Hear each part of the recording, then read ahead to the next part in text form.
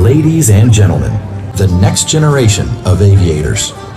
Tonight's patriotic aerial flyover is presented by Southern Utah University's School of Aviation. Leading tonight's formation are Executive Director Michael Mower, a United States Air Force veteran, and Assistant Chief Rotor Instructor Brian Torkelson, a United States Army veteran.